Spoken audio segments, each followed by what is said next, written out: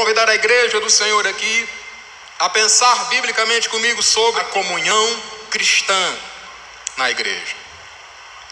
Todas as vezes que a gente pensa, medita sobre o texto de Atos, sobre todo o livro de Atos, mas especialmente textos como esse, Atos 2, 42 a 47, quando lemos textos como esse, nós percebemos que há alguns poucos pontos onde nós estamos bem próximos ou idênticos àqueles cristãos no primeiro século. Mas percebemos também que em outros pontos nós estamos totalmente diferentes. Aquela igreja vivenciava, e esse texto eu quero logo dizer aos irmãos que não é um texto doutrinário, é um texto histórico, é um relato histórico. Texto doutrinário, por exemplo, são as cartas paulinas, os ensinos diretos de Jesus, onde se prega, se ministra, se ensina e se exige daquele que ouve um cumprimento daquilo que foi ensinado. São os textos doutrinários. Esse texto é um relato histórico. O escritor e evangelista Lucas está descrevendo aqui as vivências, as experiências da igreja cristã no primeiro século. Isso não quer dizer de forma alguma que nós tenhamos que imitar à risca ou ao pé da letra tudo aquilo que aquela igreja fez está relatado aqui. Mas as experiências que aquela igreja vivenciou são exemplos para nós, a igreja do século 21. Porque foram experiências, foram práticas, foram ações que agradaram ao Senhor. E Paulo, escrevendo aos Romanos capítulo 14, versículo 4, ele diz que tudo quanto dantes foi escrito para o nosso ensino foi escrito. A comunhão cristã na igreja. A comunhão, ela é uma ação prioritariamente do Espírito Santo. Parece que naqueles dias da igreja o egoísmo desapareceu, pecados começaram a sumir e a igreja de Cristo vivenciou ali uma comunhão tão íntima, tão profunda dos membros entre si, que aquilo acabou por impactar também a sociedade da sua época. Todos os dias, o texto bíblico diz no versículo 47, acrescentava o Senhor à igreja aqueles que se haviam de salvar. A união ou a comunhão na igreja é uma ação prioritária do Espírito Santo. É o Espírito Santo que desenvolve isso na igreja, quando você que somos a igreja de Jesus, damos lugar a este Espírito. A comunhão cristã também, ela torna a igreja um corpo espiritual perfeito. Mesmo composto ou composta de pessoas diferentes, racialmente falando, pessoas que têm costumes diferentes, têm condições diferentes, socialmente são alguns diferentes, mas essas diferenças não surgem efeito ou não se manifestam quando a igreja está em comunhão. Mesmo a despeito das diferenças dos seus membros, diferenças raciais, diferenças culturais, diferenças econômicas, toda a igreja funciona como um corpo perfeito para a glória do Senhor. Homens, mulheres, crianças, pretos, brancos, pardos, ricos, pobres, todos são um em Cristo Jesus. É a união, a comunhão da igreja que faz isso. Eu quero aqui dividir em 3 partes para que a gente possa entender melhor. Primeiro, vamos aqui compreender a definição de comunhão. Quando a gente parte para os dicionários da língua portuguesa, por exemplo, ele vai dizer ou vai sinalizar que comunhão é o ato ou efeito de comungar. É harmonia entre ideias, sentimentos e ações. São várias pessoas pensando a mesma coisa.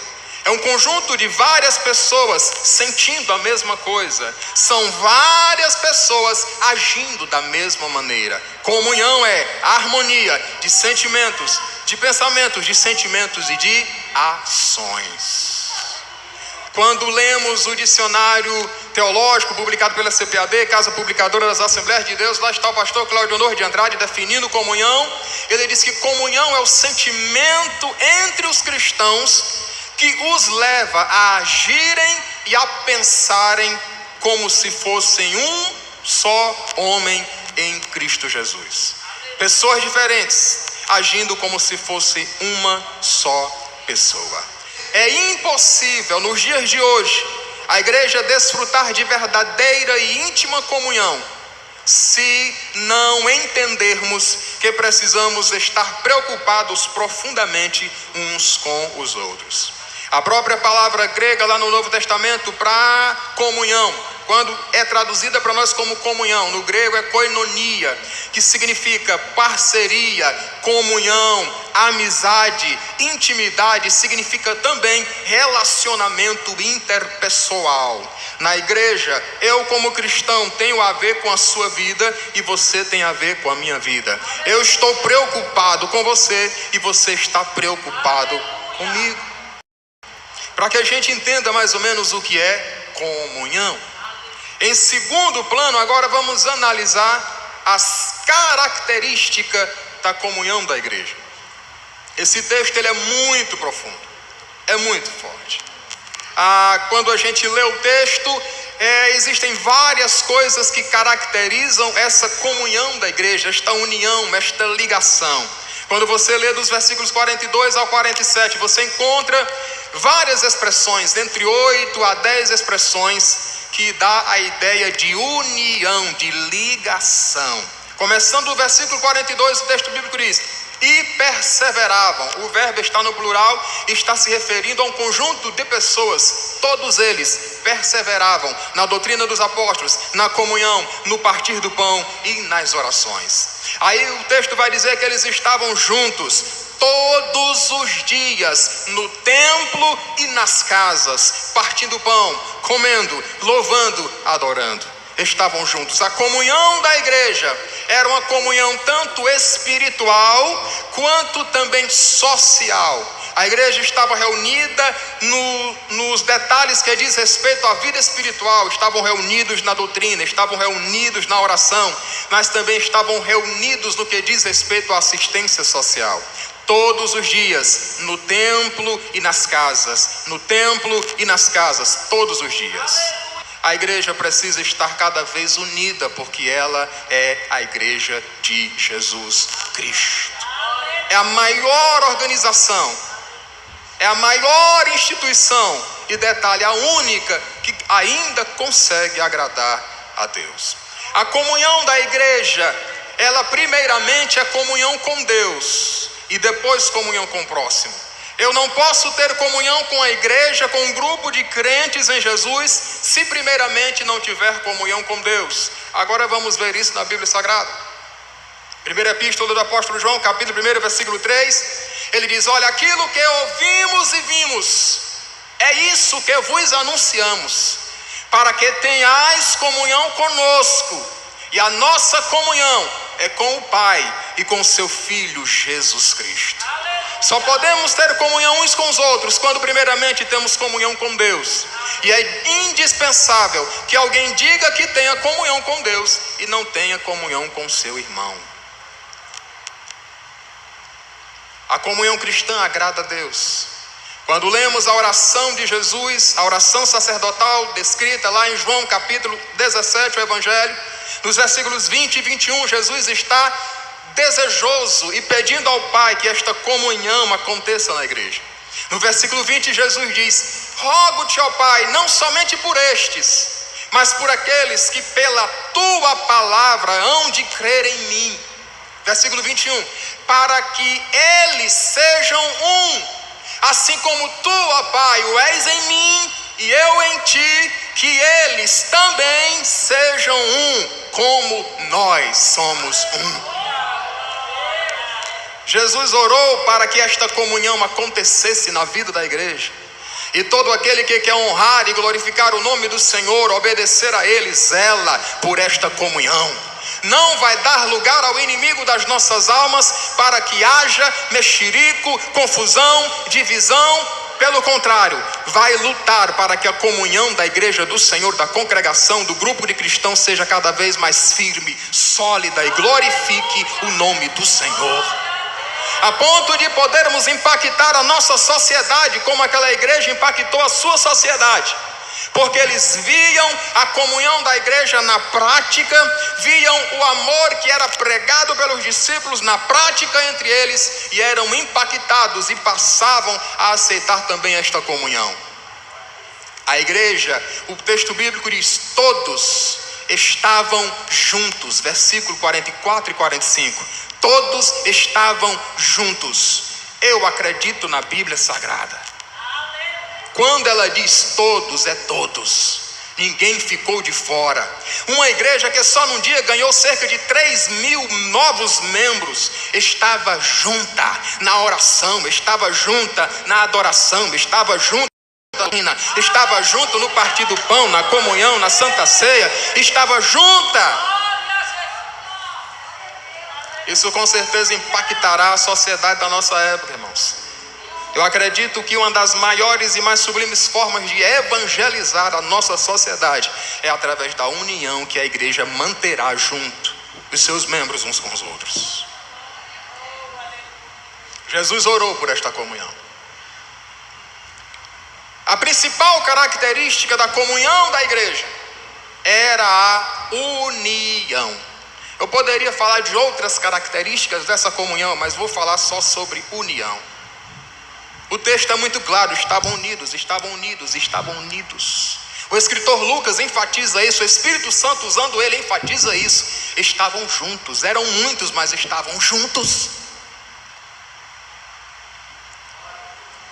Certo pastor já disse que a desunião em um grupo é o primeiro sinal que tudo dará errado. Um reino dividido não consegue prosperar. Somente unido. A igreja precisa manter-se unida de verdade. União. Eles estavam unidos na oração e na doutrina, mas estavam unidos também nas questões sociais. Os versículos 44 e 45 dizem: todos os que criam estavam juntos e tinham tudo em comum. Vendiam suas propriedades e bens e repartiam com todos, segundo cada um tinha necessidade. Eu falei aqui no início que é um texto histórico, é um relato de experiências e prática vivida pela igreja. Não é um texto doutrinário, mas tem exemplos para nós. A comunhão naquela igreja era tão grande, estavam uns preocupados com os outros, que alguém não podia ver o irmão sofrer uma necessidade sem tentar resolver. Aleluia! Ninguém era obrigado nem era exigido a vender propriedades. Pode verificar o texto bíblico. Aquilo era feito de forma voluntária. Aleluia! Lembram de Ananias? Que quis ficar bem na fita? Que quis transparecer ou vender uma imagem que ele não tinha? Vendeu a propriedade, combinou com a esposa. Atos capítulo 5 está relatado isso. Vamos dizer que foi essa quantidade. Vamos colocar lá nos pés dos apóstolos. Eles queriam aplausos, eles queriam nome, eles queriam lembrança, queriam exaltação que vem dos homens, aplausos que vem dos homens. E Ananias perdeu a vida. Pedro ainda deu uma oportunidade para ele, Deus ainda deu uma oportunidade para ele. Ananias, foi por tanto mesmo que você vendeu? E ele segurou o erro. Foi. Ele disse: Ananias, a propriedade era tua e vendida, o valor estava em tuas mãos, tu ia fazer o que quisesse. Mas porque tu mentistes ao Espírito Santo, tu vai morrer. E ele caiu ali morto. Cerca de 3 horas depois, o culto era longo, viu? Cerca de 3 horas depois, a esposa entrou sem saber de nada que estava acontecendo, meio à toa, meio aérea. Porque tem gente que é assim, as coisas estão acontecendo, que ele não está percebendo nada. Entrou e aí Pedro disse: olha, vocês venderam aquela propriedade, portanto. Ela: sim, confirmou. E Pedro disse: olha, está chegando aí os jovens que levaram teu esposo para a sepultura e vão levar também a ti. A mulher caiu, morreu. E eles levaram para sepultar. E a Bíblia diz no versículo 11 do capítulo 5 de Atos: por causa disso houve um grande temor na igreja e naqueles que ouviram estes fatos. Escute o Espírito Santo falando. Deus está vivo. Ele não morreu. Ninguém engana a igreja do Senhor. Ninguém se meterá besta com a igreja de Cristo, com a noiva que está sendo adornada pelo Espírito Santo, porque poderá pagar um preço muito caro. Mas aqueles que querem, através de todas as suas ações que poderão fazer para Deus e para o reino, querem a glorificação dele, serão bem-aventurados e receberão a vida eterna. A igreja tem dono, o seu dono é o Senhor Jesus Cristo, está presente aqui nessa noite.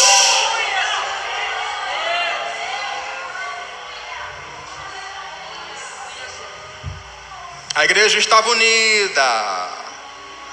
Nessa noite é culto do Partir do Pão, mas é de comunhão também. Você pode desfrutar da comunhão com Deus nessa noite.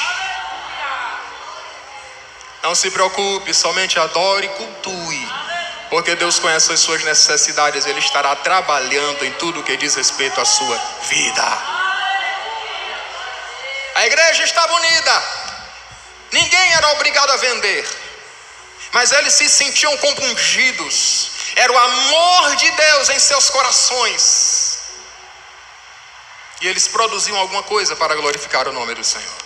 De forma que a Bíblia diz: nenhum tinha necessidade. Nenhum passava por necessidade. Quando vinha ao conhecimento da igreja, rapidamente os cristãos se mobilizavam e aquela situação era sanada e o nome de Deus era glorificado. Paulo, escrevendo aos Gálatas capítulo 6 versículo 10, diz: portanto, enquanto temos tempo, façamos o bem a todos, mas principalmente aos domésticos da fé, a família da fé. A igreja tem uma responsabilidade também social, mas a prioridade nesse trabalho social é com os crentes em Jesus. É inadmissível, irmãos, um cristão, membro de uma igreja, passar por necessidades extremas e ninguém se mobilizar para pelo menos amenizar aquela situação. Deus não estará satisfeito com isso. Aquela igreja estava reunida no espiritual, mas estava unida também no social. Agora eu quero lembrar aos irmãos, mediante o texto bíblico, sobre algumas consequências dessa comunhão, dessa união. Quando lemos o texto, algumas coisas aconteceram como consequência. Em primeiro lugar, havia temor. Versículo 43: e em cada alma havia temor. Havia um respeito a Deus na igreja, porque todos estavam em comunhão. Deus estava presente, manifestando-se na vida da igreja, e havia temor. Ninguém ousava ali a desrespeitar a Deus, porque sabia, tinha consciência que poderia ser penalizado. Uma segunda consequência da comunhão da igreja era a realização de milagres. O texto bíblico diz no versículo 43: e muitas maravilhas e sinais se faziam pelos apóstolos.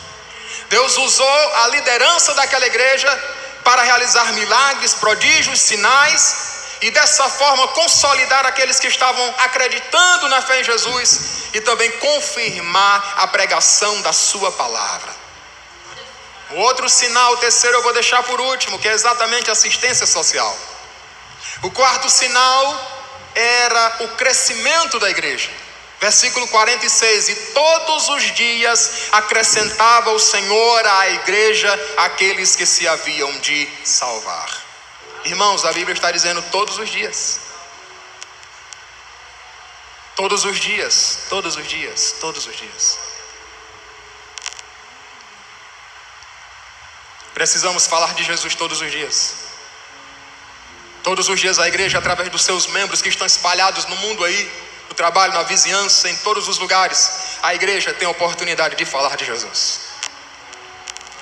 Uma quinta consequência, o resultado era o louvor da igreja, a adoração da igreja, versículo 47. Louvando a Deus, diz o texto. Louvor é aplauso, é exaltação, é glorificação. Quando a igreja está realmente unida e em comunhão, a adoração flui de maneira mais natural. Às vezes a igreja se reúne, o número, mas a coisa parece que não anda, o negócio fica meio travado, porque apesar da multidão não há unicidade nem união. É preciso, quando a igreja se reúne em grande número, estar também em plena comunhão, para que o louvor e a adoração flua e Deus se manifeste como deseja fazê-lo. A terceira consequência, o resultado daquela comunhão, que eu quero comentar aqui por último, é assistência social. Eu já citei o texto. Todos os que criam estavam juntos e tinham tudo em comum. Tudo em comum. Pastor Claudionor de Andrade, comentando o primeiro trimestre de 2011, em uma lição que foi comentada ao livro de Atos, em uma lição relacionada a essa questão social, ele escreveu o seguinte: uma igreja que cultiva a verdadeira comunhão cristã não permitirá que nenhum de seus membros passe necessidade. Ele quer dizer, parafraseando aqui o pastor, que uma igreja que cultive, que está interessado realmente em agradar a Deus através da comunhão, ela vai se esforçar, ela vai se desdobrar para minimizar o sofrimento daqueles necessitados dentro do seu meio, ou no seu meio.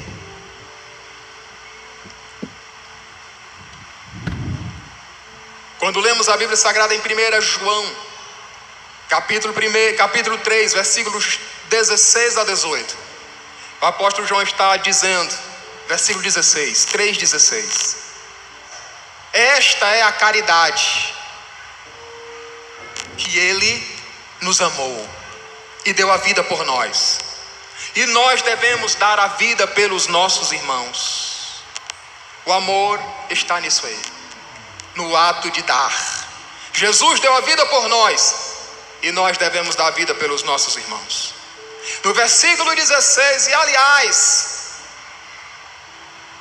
Deus nos amou, está escrito em João 3,16: Deus amou o mundo de tal maneira que deu seu Filho unigênito, para que todo aquele que nele crê não pereça, mas tenha a vida eterna. Eu sei que Deus me amou, porque Deus deu Jesus para morrer por mim. O amor, ele tem prova, ele tem evidência, ele se manifesta. Deus disse que ama o homem e provou enviando Jesus para morrer por nós. Isso é amor. Aí João está dizendo, o amor é isso, que Ele nos amou e deu a vida por nós, e nós devemos dar a vida pelos nossos irmãos. No versículo 17, João vai dizendo: quem pois tiver bens do mundo e vendo seu irmão necessitado, lhe cerrar as suas entranhas, lhe cerrar o seu coração, fechar a mão. Aí João pergunta: como estará nele o amor de Deus? É uma pergunta retórica, é uma pergunta que tem resposta. Desse jeito não haverá amor nessa pessoa. Aí no versículo 17, João adverte carinhosamente, chamando os seus ouvintes, os seus interlocutores, os cristãos, de filhinhos, meus filhinhos. Não amemos de palavra nem de língua, mas por obra e em verdade. O verdadeiro amor, ele é materializável. O verdadeiro amor, ele vai mais do que palavras ou declarações, ele se materializa. Deus disse que ama o ser humano e mandou Jesus aqui para morrer por nós como prova do amor. O esposo que diz que ama a esposa cuida dela. A esposa que diz que ama o esposo cuida dele, zela por ele. Quem diz que ama o irmão vai fazer alguma coisa para mostrar que ama esse irmão. João está dizendo: não amemos de palavra nem de língua, mas por obra e em verdade. O amor cristão, João está dizendo, precisa ser materializado. O apóstolo Paulo defende que a salvação não é pelas obras, é pela graça. O escritor Tiago defende que a salvação é pelas obras. Diante de Deus nós somos justificados pela fé, mas diante dos homens somos justificados pelas obras. Ninguém vai entender que eu amo você se eu não provar que amo. Mas quando veem esse amor materializado, manifestado na vida da igreja, serão impactados pelo amor de Deus que está vivo na vida e na experiência da igreja. Para concluir, eu quero lembrar a parábola do samaritano. Em Lucas capítulo 10, a partir do versículo 25, Jesus está discursando, está ensinando, está ministrando, e um doutor da lei, um especialista nas escrituras, alguém que conhecia muito bem, que entendia muito bem a letra da lei, chegou para Jesus e diz: mestre, o que farei para herdar a vida eterna? Aquele homem queria ser salvo, queria saber como conseguir a vida eterna. Só que o texto diz que ele estava tentando apanhar Jesus, estava colocando à prova. Mas Jesus não perde as oportunidades. Jesus trata o ser humano em todas as dimensões. Alguém poderá vir para cá pensando uma coisa, mas aqui Jesus vai apanhar ele pela palavra. Vai transformar ele, porque aqui é lugar de bênção, é lugar onde a presença de Deus se manifesta. Aí aquele doutor da lei perguntou: mestre, que farei para herdar a vida eterna? Aí Jesus falou uma coisa interessante: o que está escrito na lei, como a lês? Preste atenção, uma coisa é o que está escrito, outra coisa é como a gente entende que está escrito. Jesus perguntou para ele: o que está escrito na lei e como a lês? O que está escrito e como você entende? Aí o doutor da lei fala para Jesus: não, está escrito: amarás o Senhor teu Deus de todo o teu pensamento, de todo o teu entendimento, de todas as tuas emoções, de todas as tuas forças, e ao teu próximo como a ti mesmo. Aí Jesus diz para ele: respondeste bem, faze isso e viverá. Pronto, faça isso e você vai viver. Ele tinha interpretado bem. Aí o texto diz que ele, querendo justificar-se a si mesmo, disse assim: mestre, quem é o meu próximo? Como se não soubesse quem era o próximo, ou como se quisesse limitar a obediência ao mínimo. Mas Jesus não pede o mínimo, ele pede o máximo. A obediência tem que ser no todo. Não podemos obedecer em parte, temos que obedecer no todo. Aí Jesus conta para ele uma parábola. Jesus responde a ele contando a parábola do bom samaritano. Jesus disse: olha, descia um homem de Jerusalém para Jericó, ou de Jericó, descia de Jerusalém para Jericó, e foi apanhado por salteadores, por ladrões, que levaram seus bens, lhe machucaram, lhe deram uma surra e deixaram ele meio morto, semi-morto, quase morto, desmaiado e ferido. Ocasionalmente passava por ali também um sacerdote, um homem que lidava com as coisas divinas, um homem que lidava com o espiritual, que ministrava o culto a Deus. E chegando ali e vendo, passou de largo.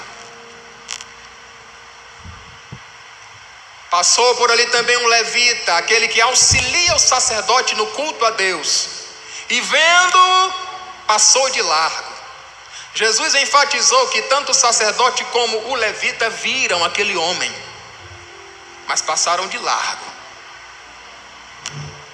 Aí Jesus diz: e um samaritano em viagem, chegando ali e vendo aquele homem, foi movido de íntima compaixão. Ô irmãos, quando um sacerdote não se move de compaixão por alguém que está precisando de ajuda, a coisa está crítica para ele.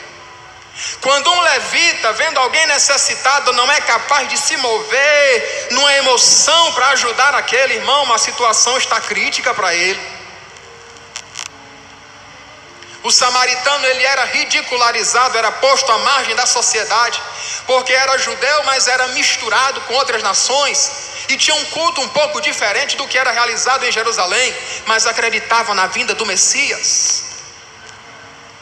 O samaritano chegou ali e deu assistência, sarou as feridas daquele homem, colocou azeite, vinho, enfaixou ele, colocou ele sobre o seu próprio animal e levou até a estalagem mais próxima, a hospedaria mais próxima. No dia seguinte, tendo que partir, chamou o dono da estalagem, da hospedaria, e deu a ele 2 denários. Está em Lucas capítulo 10, a partir do versículo 25.